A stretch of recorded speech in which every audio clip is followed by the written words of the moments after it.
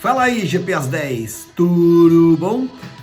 Tudo bom? Vamos falar hoje de uma efeméride, um aniversário, efeméride, não é efeméride, é efeméride. Um aniversário que foi completado neste domingo, dia 18, 11 anos do título da Brown GP. Sabe por que eu vou falar da Brown GP? Porque a Brown GP nada mais é do que a Mercedes de hoje em dia. Vocês não lembram? Vamos lá, contando história.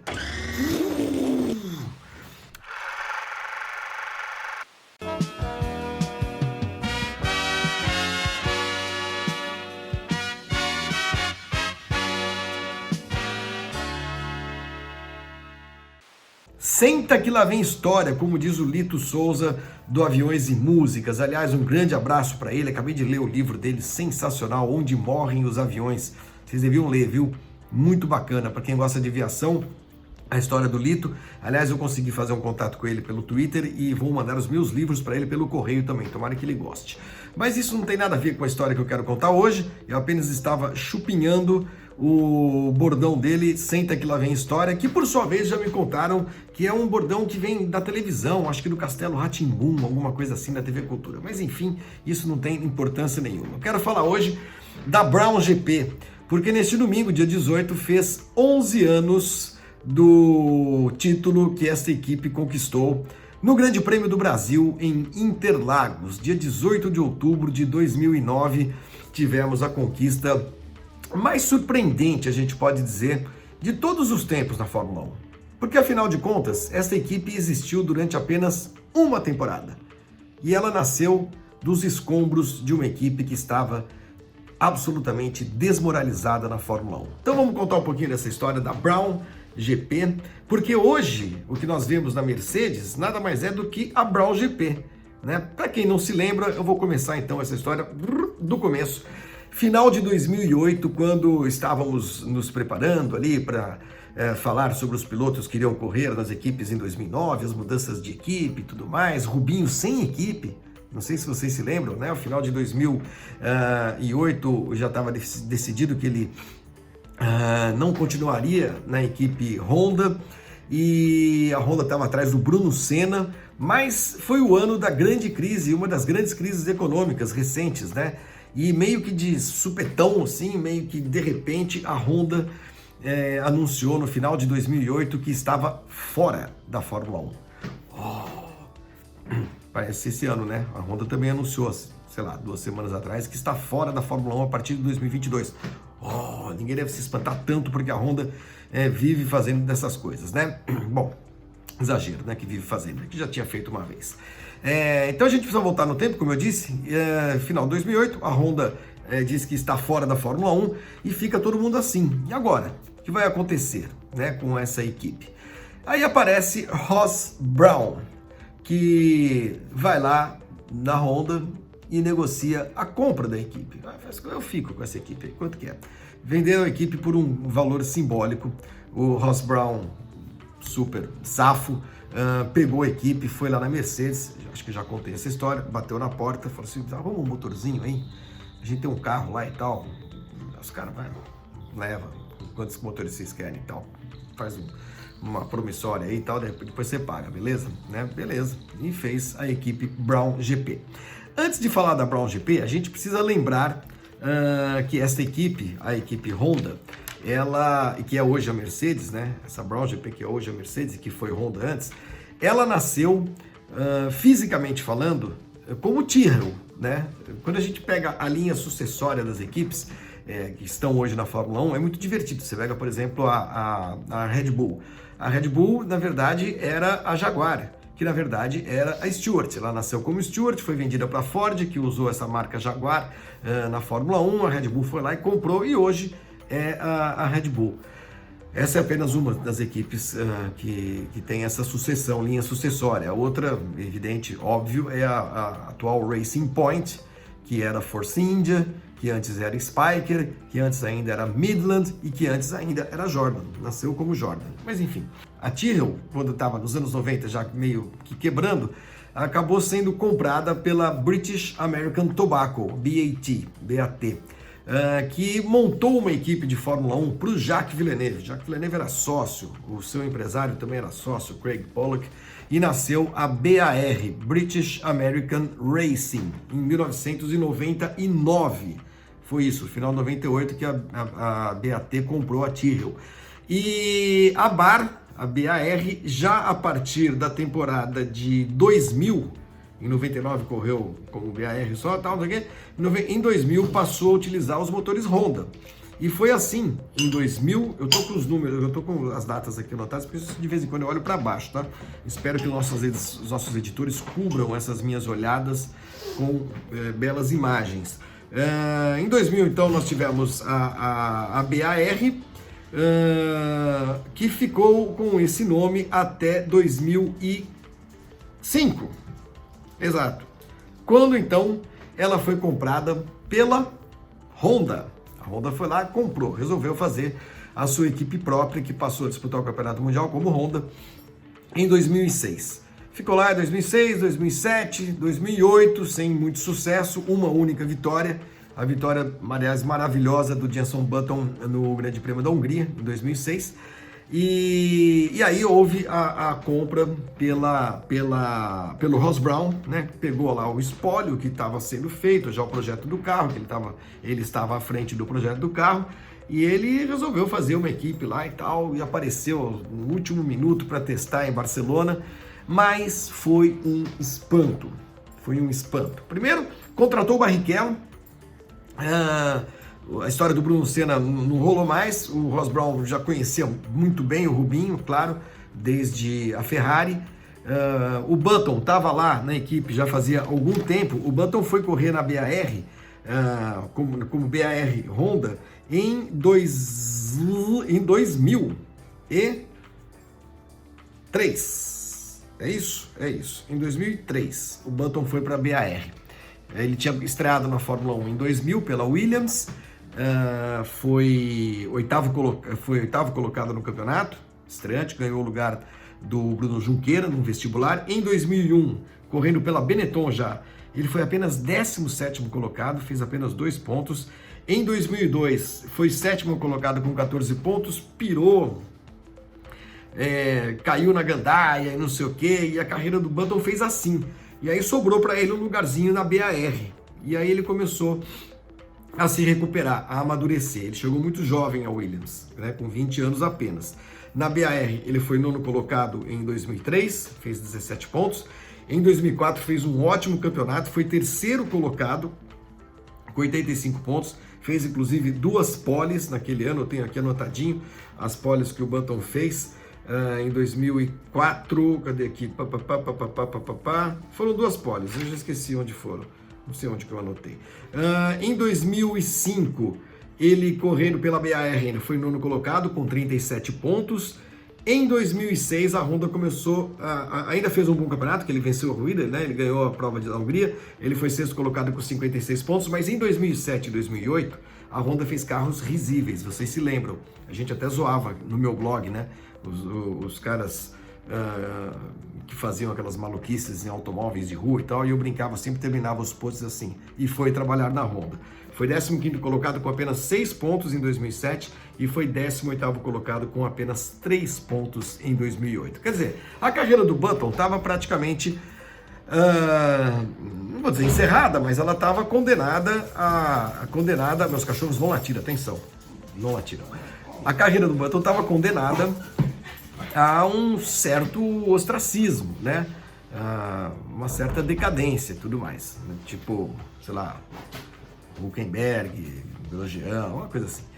Mas tinha uma vitória no currículo e o Ross Brown gostava dele, ele já estava lá mesmo e tal, pegou o cara, pegou o Rubinho e montaram a equipe. A equipe apareceu em Barcelona com um carro todo branco, não tinha um patrocínio, era um carro branco com uns detalhes em verde, aquele verde não, um amarelo, na verdade, um amarelo marca-texto, né? Mas, quando o cara sentou no carro e deu as primeiras voltas, ele chamou o Rubinho, que estava do lado de fora do cockpit, e falou assim: vem cá, cara, é bom pra cacete o carro, puta carrão. O Ross Brown tinha inventado lá uns difusor duplo, uns negócios que não, era meio dúbio no regulamento, tá, mas só ele sacou, ele botou lá no carro, o cara sabia fazer carro, o motorzão Mercedes era bom.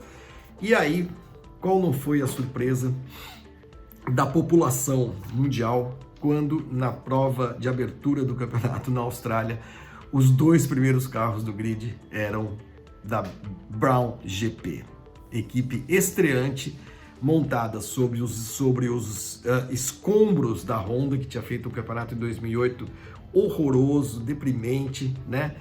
E do nada parece um carro que era, sei lá, um segundo e meio melhor do que os demais. Do que os demais mesmo, todo mundo. Estamos falando de McLaren, que tinha sido campeão em 2008 com o Hamilton, Ferrari, que tinha sido vice com o Massa, da McLaren, que tinha sido... falei da McLaren já. A McLaren também tinha sido vice-campeã em 2007, a Ferrari tinha sido campeã em 2007. Enfim, as grandes equipes da época eram McLaren e Ferrari, que disputaram os 2 campeonatos anteriores pau a pau. E aí aparece a tal da Brown GP com os 2 carros da primeira fila na primeira prova da temporada em Melbourne. E aí, gente, foi espetacular, porque nas 7 primeiras corridas o Button venceu nada menos do que 6. Ele ganhou na Austrália, ganhou na Malásia, aí a terceira etapa do campeonato ele não ganhou, ganhou o Vettel na China, né, de Red Bull. Button voltou a ganhar então no Bahrein, na Espanha, em Mônaco e na Turquia. Foram 6 vitórias, repito, em 7 etapas. Aí o Rubinho não vinha tão bem. Aquela incrível superioridade da Brown em relação aos demais, o Rubinho não conseguiu converter em resultados, em grandes resultados, porque naquela primeira metade do campeonato o Rubinho tinha muitos problemas com freios, né? Ele não se adaptou aos freios do carro dele. O Button, enquanto isso, foi empilhando vitórias e tudo mais, e quando chegou na metade do campeonato, o Button começou a administrar. E também houve protestos contra o tal do difusor duplo e não sei o quê, e não pode, não pode, mas aí ele já tinha uma pontuação tão alta que foi só administrar o campeonato, administrar os resultados dele até o final daquele ano. Chegamos no Grande Prêmio do Brasil, que era a penúltima etapa do campeonato, no dia 18 de outubro. Deixa eu ver aqui que eu não anotei onde que o Button largou nessa prova do Grande Prêmio do Brasil. Está aqui, Grande Prêmio do Brasil, grid de largada, vamos lá, classificação, grid de largada. Ele precisava de um 5º lugar para ser campeão e ele se classificou mal, em 14º apenas. 14º, foi um treino meio tumultuado, o treino de classificação, e o Rubinho fez a pole position. O Rubinho fez um trabalho excepcional e fez a pole, tinha inclusive chances matemáticas de ganhar o campeonato que dava pontos apenas aos 8 primeiros colocados naquela época, né? Mas o Rubinho apostou na chuva, apostou para largar com o carro bem leve, acabou não dando muito certo, não choveu, e o Button fez uma corrida muito boa. Como eu disse, ele largou em 14º e terminou a prova na 5ª colocação. Foi na 5ª colocação exatamente, que o Button chegou naquela corrida, que era suficiente para ele, inclusive porque o Barrichello já tinha ficado para trás, ele tinha tido o pneu furado. A vitória foi do Mark Webber, com o Robert Kubica em terceiro e segundo, e o Hamilton em terceiro, uma corrida excepcional. O Hamilton largou em 17º e foi terceiro colocado nesse Grande Prêmio do Brasil de 2009, que deu o título ao Button. Outro que fez uma grande corrida, o Vettel, largou em 15º e chegou na 4ª colocação. Foi uma vitória muito emocionante, principalmente porque o Button renasceu e porque uma equipe que tinha um prazo de validade que era de exatamente 1 ano, porque àquela altura já se falava, já se sabia mais ou menos que alguém iria comprar, alguém estava de olho na equipe, e era a Mercedes esse alguém, né? Então foi incrível uma equipe que durou apenas 1 ano ganhar o campeonato mundial. O Button terminou o campeonato com 95 pontos, 9 pódios, fez 4 poles. O Vettel foi o vice-campeão com 84 e o Rubinho foi o terceiro colocado com 77 pontos, fez uma pole, fez 6 pódios e ganhou 2 corridas. O Barrichello ganhou o Grande Prêmio da Europa em Valência e o Grande Prêmio da Itália em Monza, que foi, aliás, a última vitória brasileira na Fórmula 1. A Brown foi campeã com 172 pontos, a Red Bull foi vice com 153,5, e aí foi o começo da ascensão da Red Bull, tanto que no ano seguinte e nos outros seria campeã com o Vettel, né? 10, 11, 12 e 13. McLaren ficou com 71 e a Ferrari ficou com 70 pontos. Então foi espetacular o que aconteceu em 2009, essa conquista do Button, que tinha até então no seu currículo apenas uma vitória pela Honda, aquela vitória que eu já mencionei no Grande Prêmio da Hungria em 2006. E depois disso, em 2010, vocês se lembram, o Ross Brown vendeu a equipe para a Mercedes, o Button saiu, foi correr na McLaren, ao lado do Lewis Hamilton, e fez bons campeonatos, né? Em 2010 ele ficou atrás do Hamilton, foram 240 pontos a 214, né, pro Hamilton, mas em 2011 o Button foi vice-campeão mundial, gente. Vice-campeão mundial com 270 pontos e o Hamilton ficou com 227. O Hamilton perdeu o duelo direto com o Hamilton e com o Button, e não perdeu perto, perdeu bem perdido mesmo. Em 2012, o Hamilton chegou na frente do Button, mas 2 pontinhos apenas, 190 contra 188. Ou seja, os 3 anos de Button na McLaren, esses 3 anos de Button na McLaren, eu digo, né? Esses 3 anos específicos com o Hamilton foram anos muito bons, muito bons. Ele acabou ganhando corridas pela McLaren também, foram 8 vitórias, é isso? Exatamente, foram 6 pela Brown, 8 vitórias pela McLaren e 1 vitória pela Honda. Ele deixou a Fórmula 1 no final de 2016 com 15 vitórias no currículo. Teve uma participação em 2017, vocês se lembram, no lugar do Alonso, que foi correr pela McLaren, foi correr em Indianápolis, então o Button correu no lugar dele em Mônaco, mas a carreira dele, temporadas completas até 2016, quando ele parou, né? E sempre pela McLaren. Fez uma história muito longa na McLaren, o Jenson Button, mas conquistou o título mesmo pela equipe Brown, que existiu apenas naquela temporada. Button aproveitou a chance que o destino lhe deu, né? Um cara que começou a sua carreira de uma maneira meteórica na Williams em 2000, mas aí, como eu disse, caiu na vida louca nos anos de Benetton, até se recuperar levou um tempo, né? E teve essa recompensa em 2009 em Interlagos, que, aliás, naquele ano, decidiu o título pela 5ª vez consecutiva no Campeonato Mundial. Já tinha decidido o título tinha sido resolvido em Interlagos em 2005 e 2006 para o Fernando Alonso, em 2007 para o Raikkonen, vocês se lembram, pela Ferrari, em 2008 aquela decisão extraordinária, o título conquistado pelo Hamilton em cima do Massa, e em 2009 a conquista do título de novo em Interlagos, dessa vez com o Jenson Button, que depois da corrida foi lá abraçar o seu pai, o Butão, que a gente chamava, o John Button, que já morreu, mas era uma figura simpaticíssima, alegre, sempre muito simpático, como eu disse, com todo mundo, receptivo, muito agradável, bebia pra caramba, era uma figuraça. A gente vivia encontrando o pai do Button por aí em restaurantes, sempre com calça branca, uma camisa rosa aberta aqui até o peito. Era uma figura, gente. O pai do Button era uma grande figura mesmo. E foi muito legal aquele campeonato, cujo título, como eu disse, completou 11 anos nesse domingo, dia 18. Falo dessa história um pouco pela efeméride, um pouco também para que os mais novos, bem mais novos, né, que, sei lá, estão vendo Fórmula 1 faz 5, 6 anos e só vem a Mercedes ganhar, entendam que há um processo na construção de uma equipe, né, uma equipe para chegar onde chegou e tal. Então, a Mercedes desses anos, ela deve bastante, como eu disse no vídeo anterior, na semana passada, ao Schumacher também, pelos 3 anos que o Schumacher lá passou, 2010, 2011, 2012, quando a Mercedes comprou a Brown, chamou o Schumacher de volta da aposentadoria. Schumacher, vem ajudar aqui, vamos ver como é que vamos fazer uma equipe e tal, né? Com o Ross Brown, inclusive. O Ross Brown vendeu a equipe e ficou na Mercedes. E essa história que começa em 2010 como equipe própria da Mercedes, ela passa necessariamente por 2009. pelo título que a Brown GP ganhou, um embrião dessa Mercedes, que hoje domina o Campeonato Mundial, desde 2014 domina a Fórmula 1, a categoria, com títulos seguidos de pilotos e construtores, mas tudo tem um início, né? Então a Mercedes não caiu de paraquedas, a Fórmula 1 surgiu do nada, não, claro que não.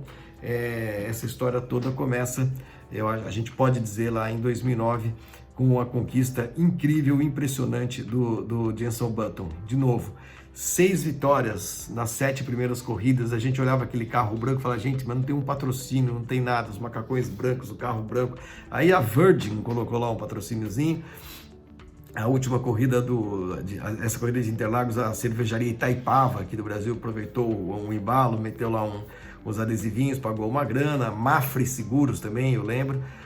Mas o carro, basicamente, ele correu o ano inteiro com Bridgestone, que era o pneu, e Virgin, e mais nada, e Brown GP. Foi uma conquista maravilhosa, e a última, a gente pode dizer, né, de uma equipe, sei lá, não milionária, de uma equipe não grande, né? Não era uma equipe grande, não era nada, gente. A Brown não era nada. Ela foi uma invenção do Ross Brown ali para disputar um campeonato, mas ele teve a grande sacada lá dos difusores duplos e tudo mais, e isso acabou fazendo com que as outras equipes tentassem recuperar o terreno perdido, né, por essa inovação técnica, mas quando conseguiram, já era tarde. Inês era morta, Button já tinha vencido 6 corridas e o campeonato já estava no papo do piloto inglês, que teve o mérito, na segunda metade da temporada, quando a Red Bull começou a crescer e começou a ganhar a corrida, de pontuar. Pontua. Ele não ganhou mais nenhuma, ele ganhou aquelas 6 das 7 primeiras e depois não ganhou mais corrida, né? Mas foi marcando pontos sempre e administrando a vantagem que ele tinha para ser campeão do mundo. Legítimo campeão do mundo. Muita gente fala assim, tem piloto que não merecia ganhar. Se a gente olhar assim, quais são os piores campeões do mundo? Gente, não tem pior campeão do mundo. Não dá para ser campeão do mundo sendo um mau piloto. E certamente o Button não pode ser considerado um dos piores campeões do mundo, de forma alguma. Aproveitou, como eu disse, a chance que teve e essa taça está na estante dele, ninguém tira.